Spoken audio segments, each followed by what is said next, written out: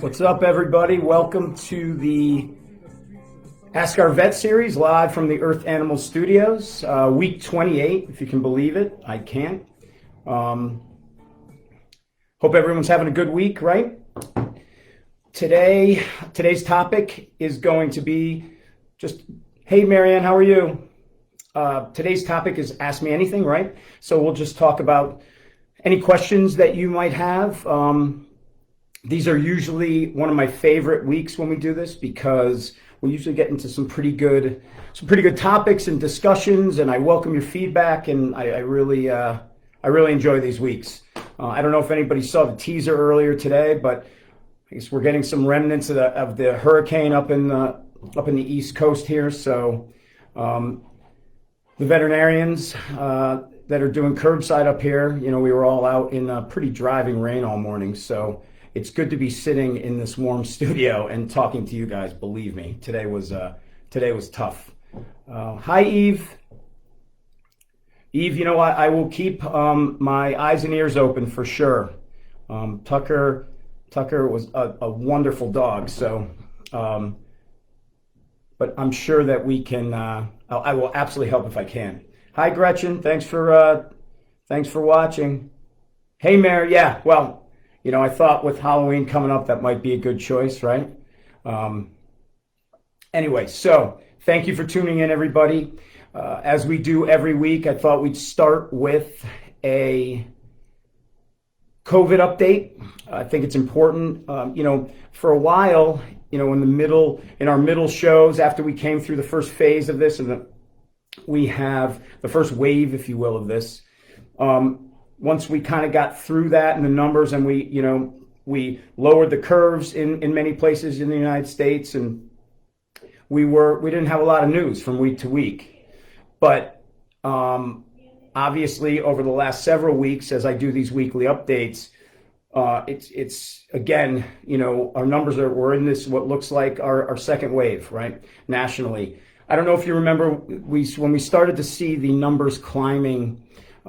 Maybe a month ago now or 3 weeks ago, we saw that in the U.S. and in a week we had 200,000 new cases, right?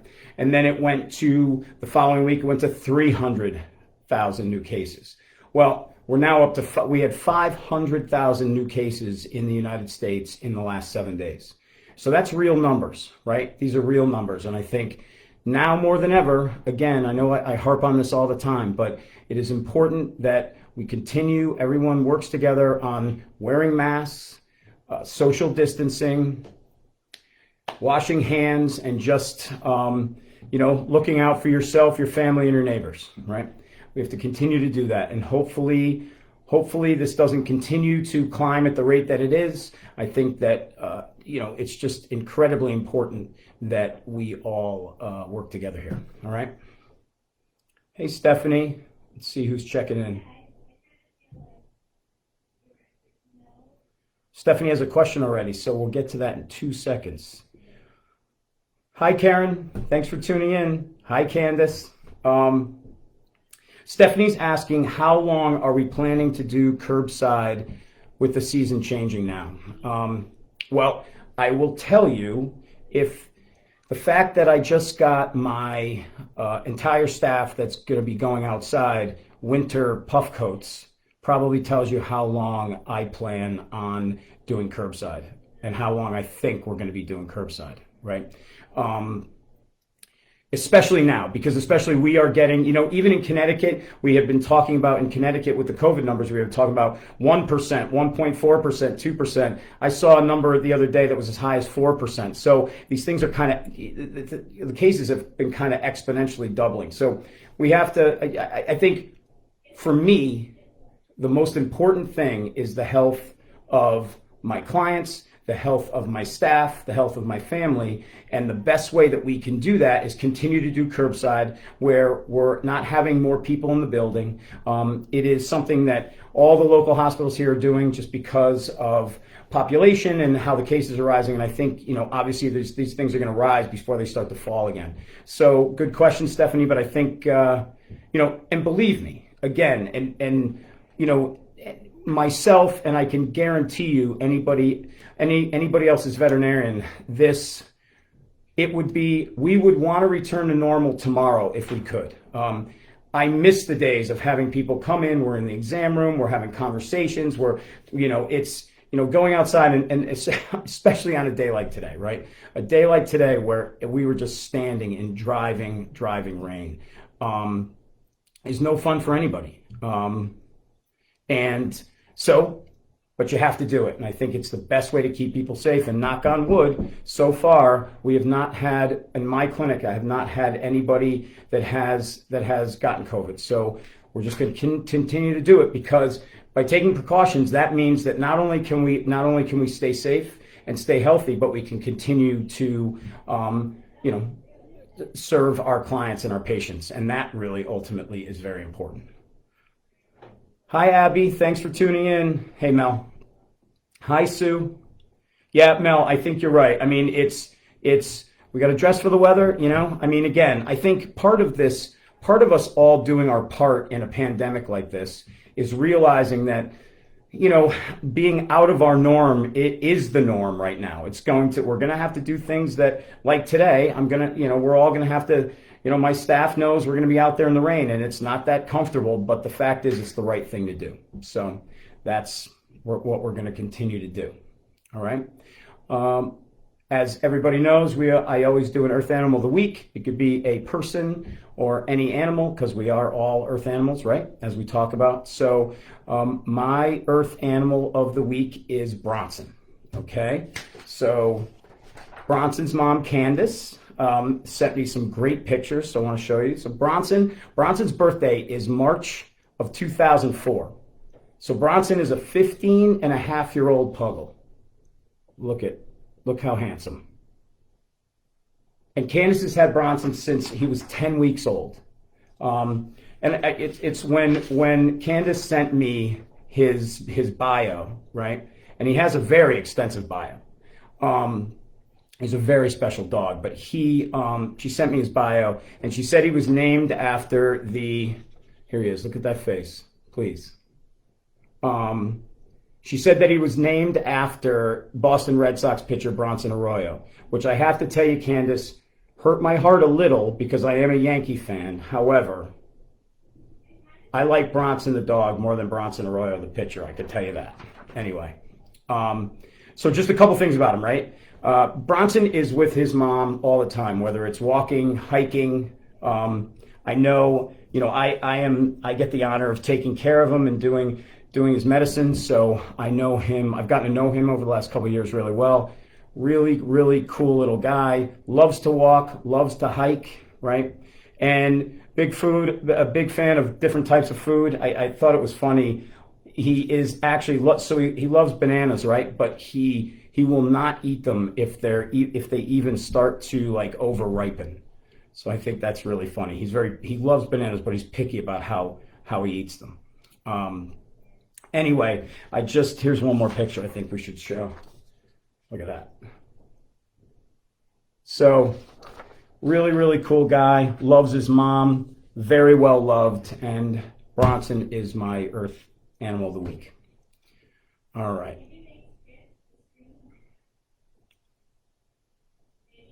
Let's see who else we have tuned in here.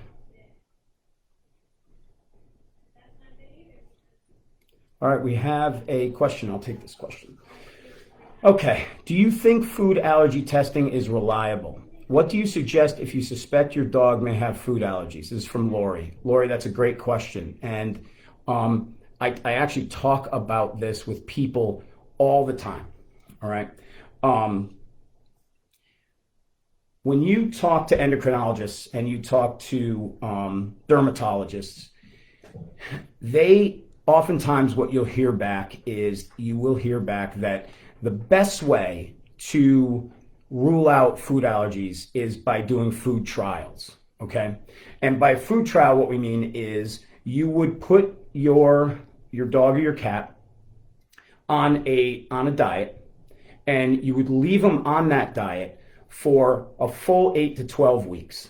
Okay, it does take that long. And one of the other things about that, just kind of a key to that, okay, is that the sometimes what people that don't understand is that when you do a food trial, you have to be very, very strict on what they get. In other words, some people forget sometimes, and they're like, okay, well, they're on a different food, but they're not doing well, but they may be giving treats that has another type of protein or carbohydrate. So you have to be very stringent and strict with what they're getting. It has to be for one thing, you want to get a relatively limited ingredient diet, because if there's a lot of things in it, right? The more things they're exposed to when they have allergies, the more you have, the more things you have to rule out, right? So when you do a food trial, it has to be, they should get the food, and if there's treats associated that are the same ingredient as the food, that's fine. You can use those, but you have to make sure that you're strict on what you're doing, and you have to do it for a full 8 to 12 weeks,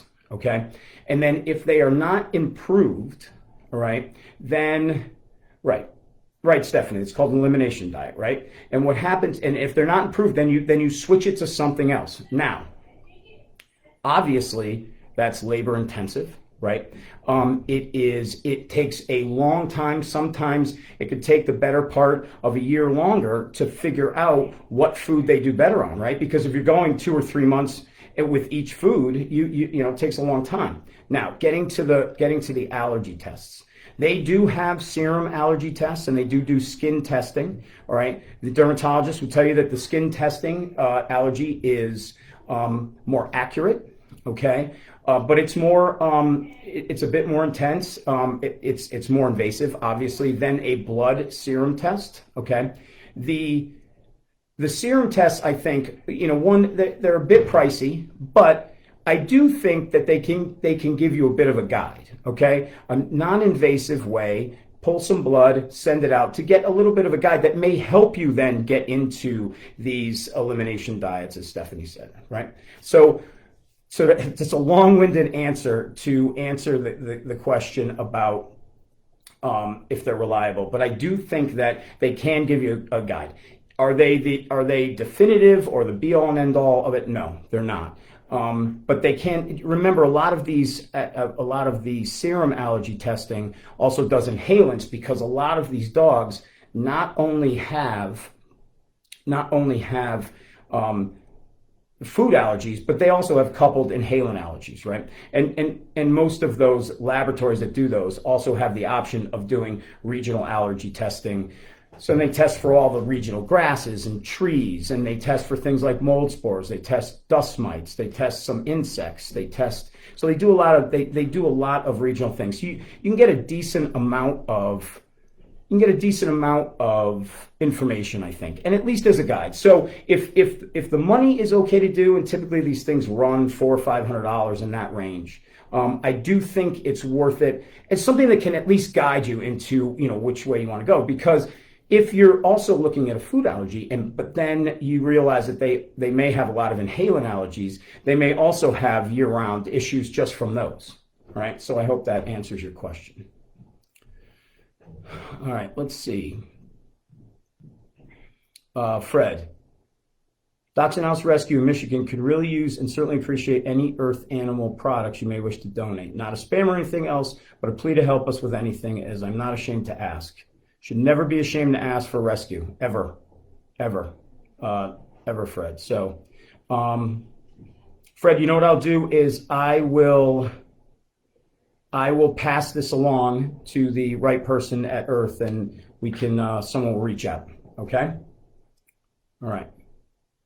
And thank you very much. And yeah, I wish you success too. And like I said, I think we'll have someone reach out. All right. Mario, love Earth Animal. Just started wisdom for my 2 toy fox terriers, both who have acid reflux, one more than the other. Any issues with wisdom and suggestions? So, Mario, this is something they've had for a while, or just just kind of, if you can give me just a little bit more information, something that they've had, the acid reflux, are they on anything for acid reflux? And when you said just started, are you just now weaning onto it? Because remember, if you're starting that, any new food, including wisdom, you want to start and wean onto it slowly. You don't want to stop one food and then continue, and just, you don't want to do it abruptly. So just give me a little bit more information as to, if you're fully on it, how long you've been on it, how long they've had acid reflux, that sort of thing, okay? And so we'll circle back. So Marianne, so Georgia is sensitive to beef and chicken, but she does very well with venison, emu, and elk. Yeah, and they call those novel proteins, right, Marianne? So alternative protein sources. Obviously, there's just a few proteins, beef and chicken, that have been kind of the mainstays of the protein sources in the pet food industry for a long time. So what they do is when they start to talk novel proteins, they go outside of those more common ones that the chances are they haven't been exposed to before. And they've used all sorts of things in those, all the way to alligator and all sorts of things. You're welcome, Lori. I hope that helped. All right, so Mario, yes, for a while. So for the acid reflux, is that so? Acid. It's this kind of acid reflux, or people. There's all different names for it, right? And it's a lot of people don't realize too that animals get that kind of. Some animals can have very similar acid reflux to people, right? And it's not a breed specific thing. It's not necessarily just some animals produce more acid in their stomach. And there's multiple reasons why they do that. Okay. Some animals have food sensitivity, so they might irritate them. Inflammation in the stomach is gastritis, right? And there's a number. That's great. Let me just read what else say. So they were on Pepcid, but it really didn't do anything. They were on the Pepcid for 2 months, then I stopped. They've been on wisdom for 2 weeks. They are doing well. Good stool. That's great. Yeah, I think, look, again, when you give them a food like wisdom that has just whole nutrient, these whole good nutrients, and not a lot of extra things that it's just wonderfully. I mean, we have the bag here, right? It's better oftentimes to feed them a diet like that, because again, when you don't have a bunch of preservatives, anything else that you're putting in their food is a possibility that it's gonna upset their stomach, right? So they may do really well on this wisdom without the addition of anything, right? Especially if you said like an antacid didn't work in the past, and it may just be that what they were eating was irritated. There was something in it that was irritating their stomach. Okay, so when you get a food like wisdom that is just so natural and just a wonderful food, that may be enough. Okay, now if there's other causes for the condition besides food sensitivities, that you may see it again, and then you could talk about agita. There you go. Yeah, there you go, Steph. Then you can talk about different meds, because there are different medications available. Pepcid obviously is one, but there's other antacids like omeprazole that we use, but there's also other natural things that can help calm their gut. All right. So let me know, Mario, let me know on subsequent shows, how they're doing, how they continue to do on this, because one of the things that we are going to be doing, that we've already done some of, and I personally am going to be doing, is we're going to be doing a microbiome study with this food on several animals, and we're going to be looking at how this food betters their microbiome when they're on it. And the study that they did when the food was in, before the food went out, and when they were creating it, was very promising, and now we're going to do more of it. And so we're actually going to look at the bacteria populations in these animals' guts, and how the potential for a good, wholesome food like wisdom can actually better that. And if you better the microbiome in the gut, you actually 70% of your immune system is in your gut, right? So you better your gut, you better your entire body systems, right? So that's what we're going to be looking at. That's a good question. Mara, make sure that you weigh in on subsequent shows, because I want to hear how they're doing. And you can also, Mario, you can also email me at Chris, Kris, at earthanimal.com and let me know too. And if you have any other questions. All right. All right. Gretchen.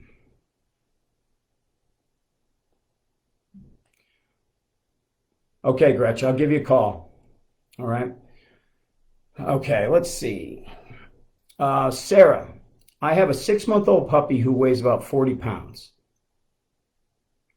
I feed him a cup and a third 3 times a day, but he still acts very hungry. Is it possible he requires more than 4 cups a day? Sarah, what food? I just want to make sure what food you're feeding. All right, so just way back in here.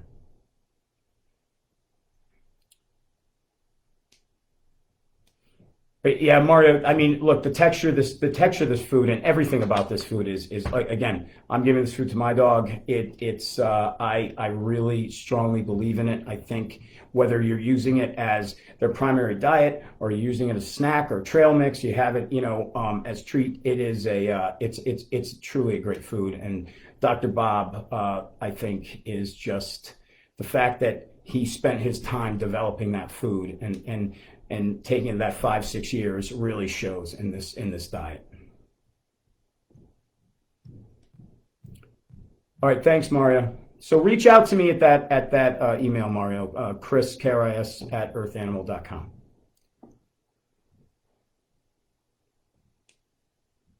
Okay, Sarah. So here's the thing, Sarah. One of the things about all the various diets, whether you're feeding a raw or a kibbled or somewhere in between, a hybrid, they all have different kilocalories in them, right? And so there is not one. The answer is never usually as simple as, well, you should absolutely, you can up it to this, or you can, this is the ideal amount, right? Obviously, there's feeding instructions with all of them. Many times they're not, they may not be exact for your particular pet. Number of reasons behind that, right? You guys hear me always talk about how pets are as individuals as people, right? And how, as a veterinarian, and as you treat all your patients as individuals, because no two are exactly alike, right? So a 40-pound puppy that's someone else's puppy, right? A different dog, could be the same breed, could be the same size, may require more or less, depending on so many different factors. How well they're absorbing, how active they are. All that plays a role. Okay. So again, there's not one answer to the other. What I would ask you is, looking at, and when you go, when your veterinarian sees the puppy or looking at the puppy, is the puppy a good weight for its size? Okay, at the current size that it is. Okay, and is it otherwise doing well, healthy, good? Obviously, is poop good? And always with puppies, at some point they should be checked for parasites. You always want to make sure. It's very common, so you want to make sure that there's no parasites, because sometimes they can suck nutrients, okay? So they can actually be in there and be taking the nutrients before they're absorbed into the dog, all right? So all those things are a factor. Types of food, some are more bioavailable to certain animals. So that all plays a role, but you want to look at kind of all those factors, and that's how you decide, all right? Okay. So Marianne, no, Wisdom is not a dry food. I don't know if you missed, I have a bag sitting here, I'm going to open it. Wisdom is not a dry food. Wisdom is done low and slow, okay? So it is a food that is really just air dried to achieve a kill step, so we don't worry about bacteria. But it's very soft, okay? This is the chicken one, by the way. All right. And you can see through the window, right? You can see all the various things. Hopefully in the camera you can see it. It's really, the texture is wonderful, and they love it. They love it. And it is quite soft. It is really quite soft. So no, it is not a dry food. Dry food is cooked at very high temperatures and extruded, and you can lose nutrients that way. So Bob, when he developed this, was very particular that he did not want to do a dry food. He wanted to do what really we call the best of both worlds. And so this is a stable food that you don't have to freeze or refrigerate, but it has all the characteristics of a raw, right? So, and we're keeping the nutrients and all these things by kind of gently air drying them. All right.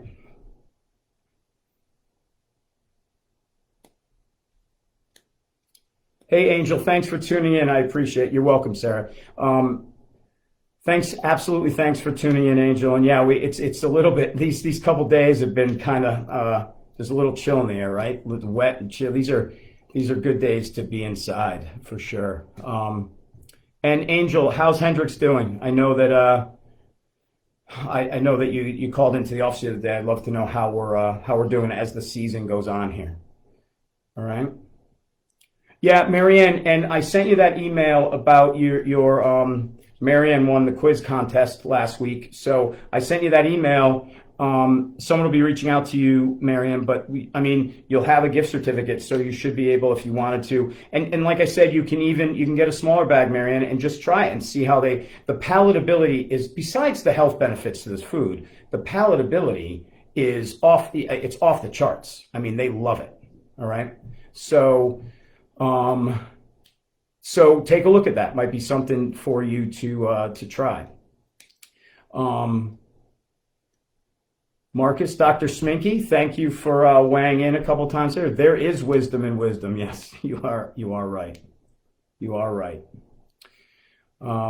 Anybody else that's watching? Anybody else try the wisdom food yet? I'm just wondering. Either, like I said, as a snack or just, as a food topper, or even, switching over. Remember, if you're switching over to any food, whenever you do, you want to mix it gradually because, no matter how good a food is, you don't want to abruptly start it, right? So make sure that you're mixing it in. Good, Angel. And, one of the things, Angel's dog has some allergies and certain inhalant allergies. And this year, those of you who have allergic dogs probably experience this. This year was a very bad allergy year, really bad. And it continues. I mean, we've had this kind of intermittent heavy rainy days followed by windy, really nice kind of warm days. And so all these weeds, ragweed, goldenrod, things like that, they don't seem to be going anywhere anytime soon. So the air quality has not been good. And that's great too, because one of the other things, Angel, you could probably weigh in on this, that we've experienced with Hendrix is not only does Hendrix have allergies, but also because of those allergies, even really, some pretty serious food sensitivities that we've dealt with in the past. So the fact that he's doing well and he likes it and he does well as a topper on it is great. I think that's wonderful. So anybody else, if you want to weigh in, I don't know if anybody's tried the wisdom, but I think certainly if you have or you do, you're going to like it. And like I said, I have people who've watched for weeks know that I have an elderly, we have 3 dogs, and my elderly dog has several health, a lot of health challenges right now going on. And so, what goes with that is him going through these periods of what you would call anorexia and, just not wanting to eat, being very picky. And that when I started him on wisdom, and just has not been an issue since. He just loves it. He looks forward to it. Yeah, so Marianne says, my cat suffers from allergies, especially when the heat comes up in the winter. And, I think it's a really good point, Marianne. I think a lot of times, like I was just talking about seasonal, inhalant allergies, there are certain things that are not only year round, but there are certain allergies that crop up in the winter. Mold crops up in the winter. Okay. So you see a lot of animals with mold allergies, dust mites, things like that. When even with dogs, and dogs can have those same type of winter allergies. They're indoors more. Gets dry, and their skin. All of our skin gets drier, obviously, because the heat's on. So it's not just stuff we see in the summer and fall. I mean, it really. And I have some animals that don't have any of those grass pollen, tree pollen, weed allergies, but then all of a sudden they go into the winter and they just start scratching. And again, part of that is dryness too, right? Because of the heat.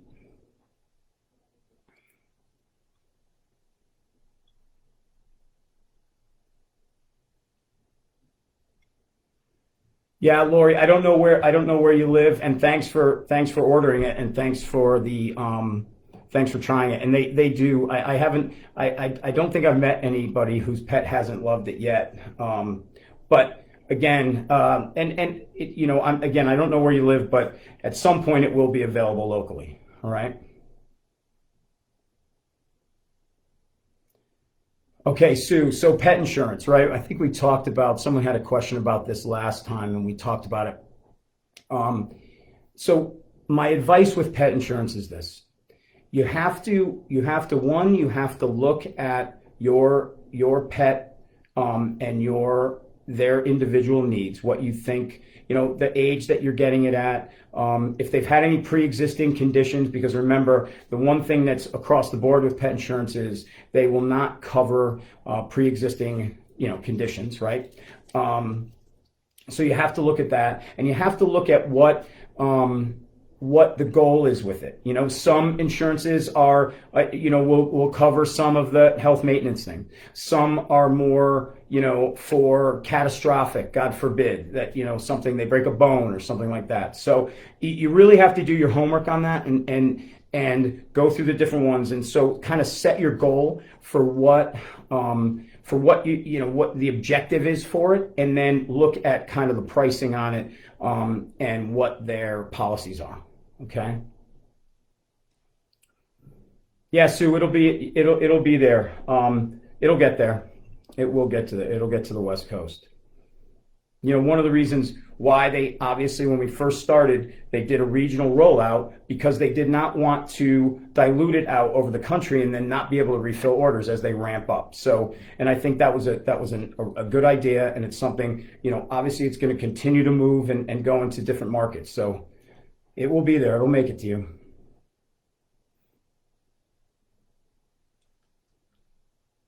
Yeah, I'm really glad that Hendrix tolerates that too, Angel, and I think it just speaks to how high a quality of food it is, and and not having a bunch of preservatives in it and things like that. I think it's just good, wholesome food, and I'm glad that he tolerates it well. Yeah, steam can help. If they get steam, definitely can help. Marianne said she spends nights in the winter with her cat, in the bathroom, and the steam, that's great because it's in the air. Sometimes doing little saline drops or things can help in their nose if they're stuffy, but cats aren't big fans of putting drops in their nose, obviously. But if you're in there, the steam can definitely help as they're breathing. So that's a good idea, Marianne. All right, Sue. My dog is a former citizen from Taiwan and gets anxious during windstorms, fireworks, car sickness. He gets car sickness. Any advice on what might be best? Have you tried anything yet, Sue? I think that there are various, and you can if you look on the Earth Animal site. I don't know if I have any of those here. There are some herbals that calm down is one. Okay, there are some herbals that you can use. People are using CBD, with the feedback we're getting in the veterinary community is that CBD, when it's a quality CBD, you have to do your research again. And always hemp-based CBDs for pets, right? Always have to be hemp-based. Never obviously marijuana-based in states that it's legal, because the high THC animals can't tolerate that. Okay, so it always has to be, if you're using a CBD product, it has to be a hemp-based CBD product. But we are seeing good results with anxieties and pain, with CBDs as well. So that's something to look at. Have you tried anything? Have you tried anything yet, Sue, that has or hasn't worked? And Marion, so you do saline, and does the cat tolerate it when you do it? I'd be interested. That's not the easiest thing in a lot of cats. But yeah, Sue, I think that if you haven't tried, you know, my thing always is if you can do it naturally and it works, you always should. So I would definitely try some herbals first, and potentially CBD. Sue, if you want to email me, and let me know what you've tried in the past. All right. I'd be happy to have that conversation, take that offline with you. But I think that there are several natural things that you can try first. Okay. And I also some behavioral stuff we could talk about. So Chris at earthanimal.com, KRIS. All right. That's a good cat, Marianne. That's cool. That's great.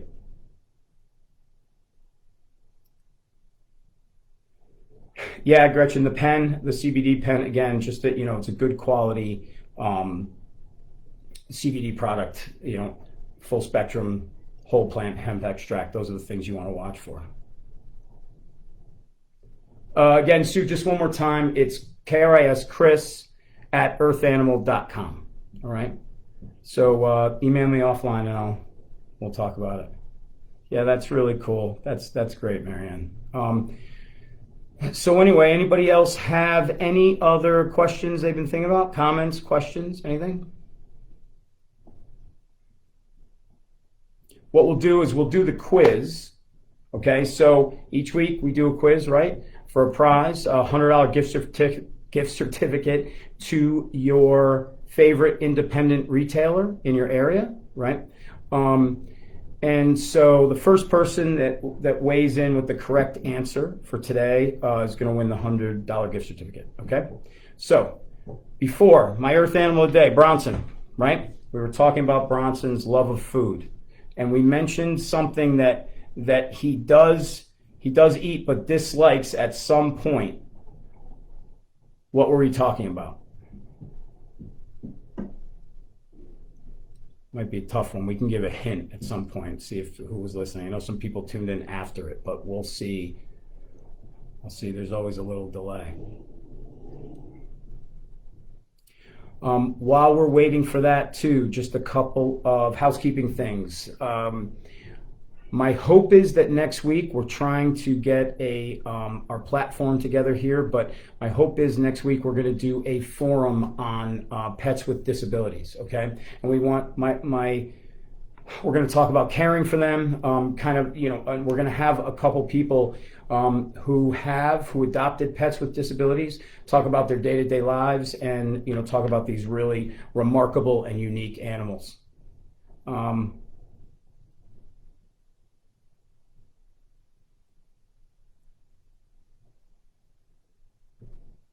All right, Gretchen, you were the first one. Bananas. Yeah, I was just looking for the fruit. That's fine. You were the first one. So Gretchen, you have the gift certificate. Thanks for playing. Thanks, guys. We have another question before we finish up here. So Jill started the Zen tabs, which are an earth animal product that contain CBD and some other things in them. And she asked, how long should he be taking them until he feels less anxious? It's been probably 10 days. Yeah, one of the things that we do notice with CBD is it does build, Jill, so it does work better over time, okay? Also, you started at a lower value. Sometimes sometimes if you're not seeing exactly what you want, then you can up them. We can talk about that. And so I think, usually you start to see something and then you build. But Jill, we're going to talk soon because we're going to talk about next week. You can tell me what you're seeing and then we'll kind of cater it, okay? Oh, Gretchen, yeah, of course, that's great. So I just want to, in case anybody wasn't around earlier or didn't see, we had someone reach out from a rescue in Michigan, and they were talking about products. And Gretchen, who won the gift certificate today, just, I believe, donated to the rescue. So Gretchen, thank you so much. That's really, really kind, and that's what we're all about, right? So well done, Gretchen. Thank you. That's great. Thank you so much. That's very kind. From Buddy, right? It's very kind of you and Buddy to give that to the rescue. Thank you very much. I got something from, Marianne's asking, I got something from Earth Animal for Monday the 2nd of November. Are you going to be in that discussion? I don't think so, Marianne, but I'll have to check. I mean, they might have, maybe they committed me to something I don't know about yet. So I will definitely check into it. I'm not sure what discussion it is, but I may be. I don't think so, but we'll see. We'll see. Oh, Marianne, that's so nice. So, okay. Marianne won last week, and she just donated hers as well to the rescue. Guys, this is super cool. Super cool. And thank you. And again, that's what we're all about. So thank you. Thank you. Thank you. We will make sure they get it. Okay? Make sure they get that and then some. All right? All right. Thank you, everybody. Thanks for, again, these are really some of my favorite shows because I love the interaction. It amazes me how smart people are as pet owners and how informed and the questions that you ask. And again, the giving nature of pet owners and just people in this company and the people that use the products and my clients. And we're just I just love the community and I love the giving nature. And I love doing these shows. So thank you for watching. Thank you guys for donating your gift certificates. Okay, thanks, Earth Animal. So, Marianne, Dr. Bob is leading that discussion. So you're going to absolutely want to tune into that. Bob is absolutely fascinating and just a leader in this field and someone that I look up to, and I try to gain anything that he does or I can listen to whenever he's talking to people. I try to get as much as I can, absorb as much as I can from him because he is a remarkable individual. So you should absolutely tune into that and watch it.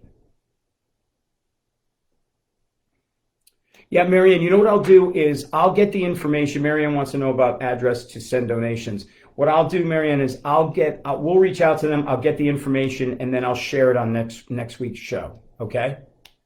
Sound good?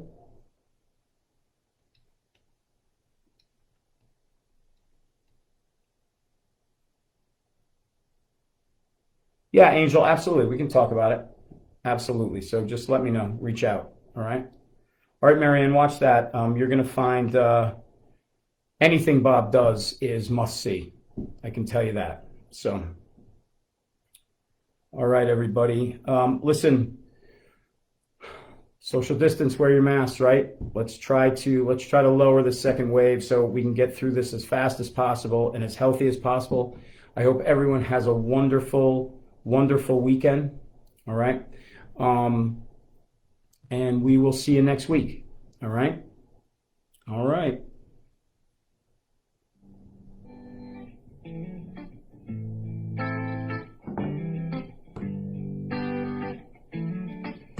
Thank you for tuning in, Dr. Sminky. We'll talk to you soon. All right? Thanks for your input, Steph. Thanks for everybody who weighed in today. You have a good week too, Sue, and we'll talk to you. And Sue, reach out, all right? I'll get back to you and we'll have a conversation. All right, everybody. Bye.